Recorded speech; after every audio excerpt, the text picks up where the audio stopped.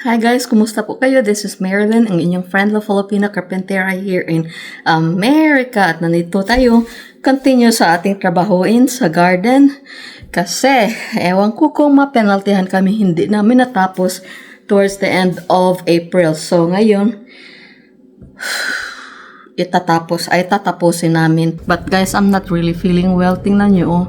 Gusto ko na mapula yung mukha ko kasi parang mistisa ba, kahit na bisdak yung mukha, mukhang mistisa. But guys, hindi po natural na pula yan. Yan po ay resulta sa aking exposure ng poison ivy. Doon sa tinatrabaho ko during in the past days na garden, malapit sa daan, may poison ivy pala.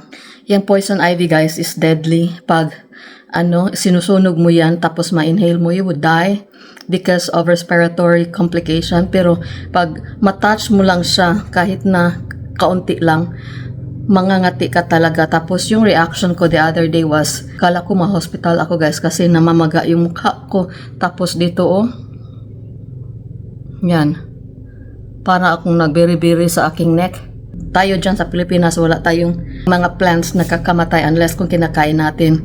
Dito guys, grabe, napaka-dangerous yung poison ivy. Yesterday, parang hihirapan akong huminga. So, tapos yung dito ko sumakit. Tapos parang hindi ako makawallow. Ewan ko kung anong nangyari sa akin. Parang may allergic reaction ako. Tingnan nyo. Tapos, yung throat ko parang mag-close. At tingnan nyo.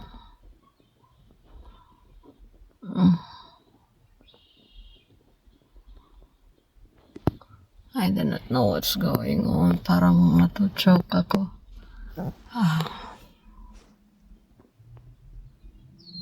Akala ko talaga madala ako sa emergency. Kasi pag nag-close na yung mo dito, yung airflow mo ay wala na. Nako, suffocate ka. But anyway, thank God I'm okay. Kaya lang until now, medyo namamaga yung face ko. So yan, natanim na siya.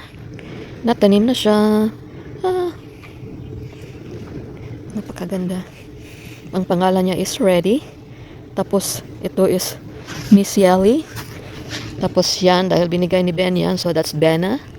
And then, Pinky 1, Pinky 2, Pinky 3, Pinky 4, Pinky 5. Ganun talaga ako guys. Mga roses ko, may pangalan talaga sila.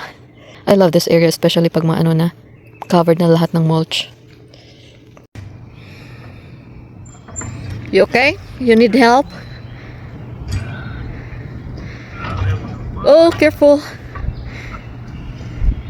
Might have to need help a little bit. So yan ang cement mixer namin. Bumili na lang kami. Kasi na-traumatize na si Cory nung last time nagpa-deliver kami ng mixed cement.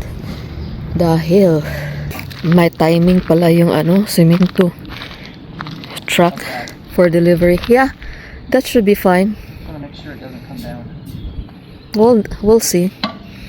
Kaya yun, gaspang-gaspang yung doon, Kasi nga, ay ewan ko, sabi nung driver nung truck na, 1 hour lang yung delivery namin. 1 hour, oh my gosh, ang dami kong na-order na simento. It's pretty good. Yeah, I was hoping it would be at least It's really nice. twice the size for that amount. Oh well. It's nice. It's also it was a bit wet. So you said Yeah. it was taking. Yeah, as long as it doesn't rain, we should be okay. Kaya lang, very cloudy. Cloudy ang sky.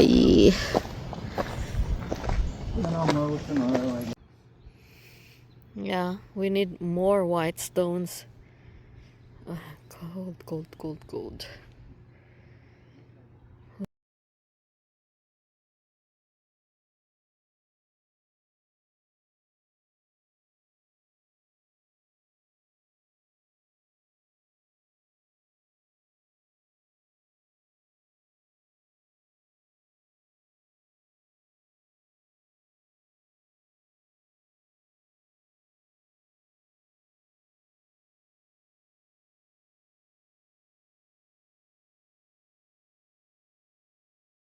It is.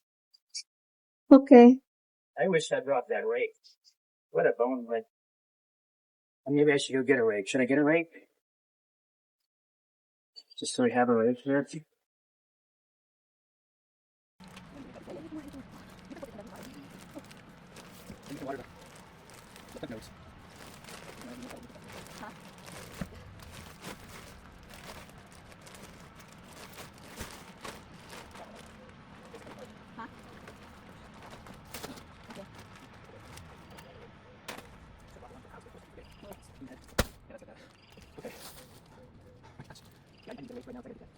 Where's my ringlets? Are they in here? Huh? Okay. Woo. Yeah, well, I need to burn a little bit. Yeah, don't Okay, love you. yeah, I just need to get one. Okay, itatanim na natin si Miss Orange. While naghintay tayo para maluto yung ating dinner, ay nakabili kami kahapon ng orange. Yan. Pero ilang years siguro ito mamumunga, mga 5 years, ewan ko lang. So, subukan ko itatanim ito.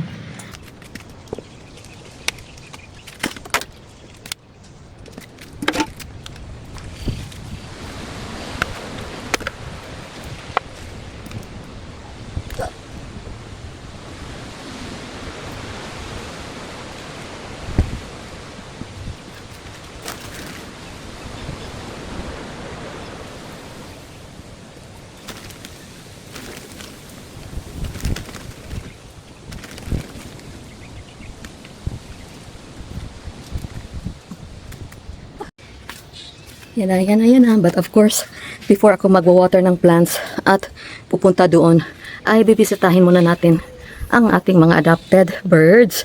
Yung mga squatters na andito. How are you guys?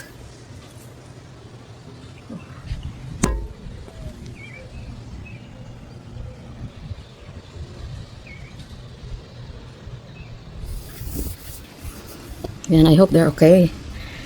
Alright, magdidilig muna tayo. Go! Kailangan pa talaga namin bumili ng marami pang mga tanggalin ito.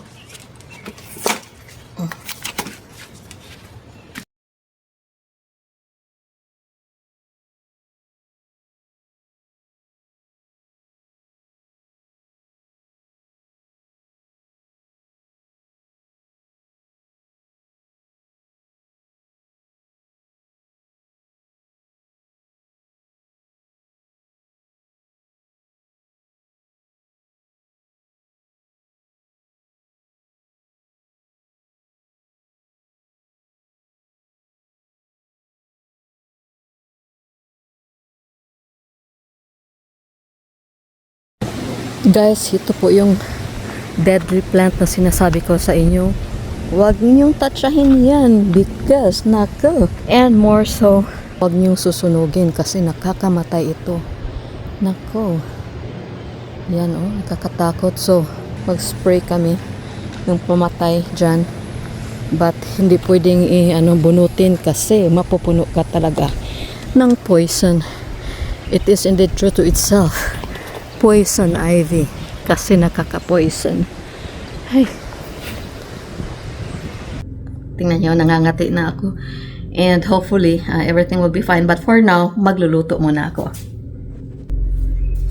Alright, syempre ay maghugas-hugas muna tayo ng ating kamay.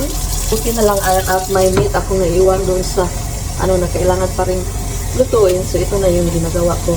Ay, lulutuin ko yung meat. Tapos mix na siya doon sa naluto ko na previous meal.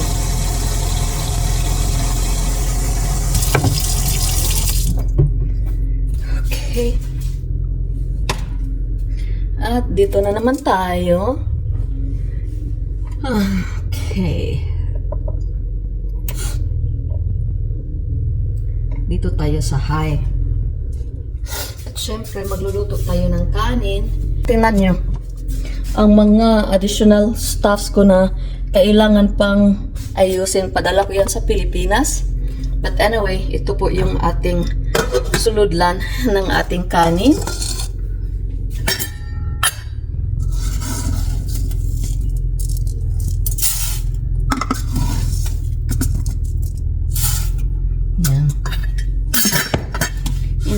akin lang siyang hugasan dito sa ating sink. At isisave ko ang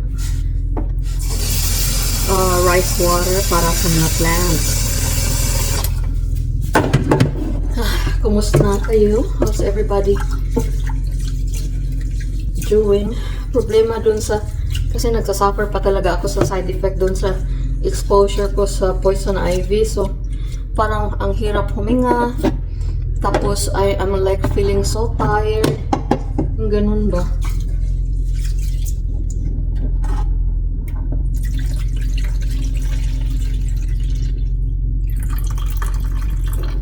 Sisave ko lang ito and let it sit for 3 days para magiging ano siya, very good fertilizer.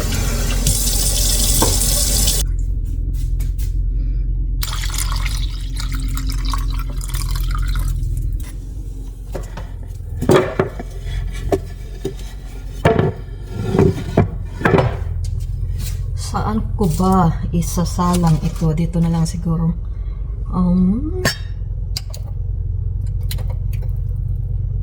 Yan.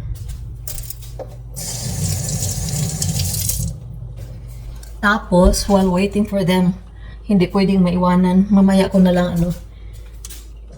susulbahin yung halaman doon sa front. Doon sa malapit sa daan. Isusolve ko muna itong halaman dito malapit sa bahay para ay ma-watch out ko ito. Baka masunog.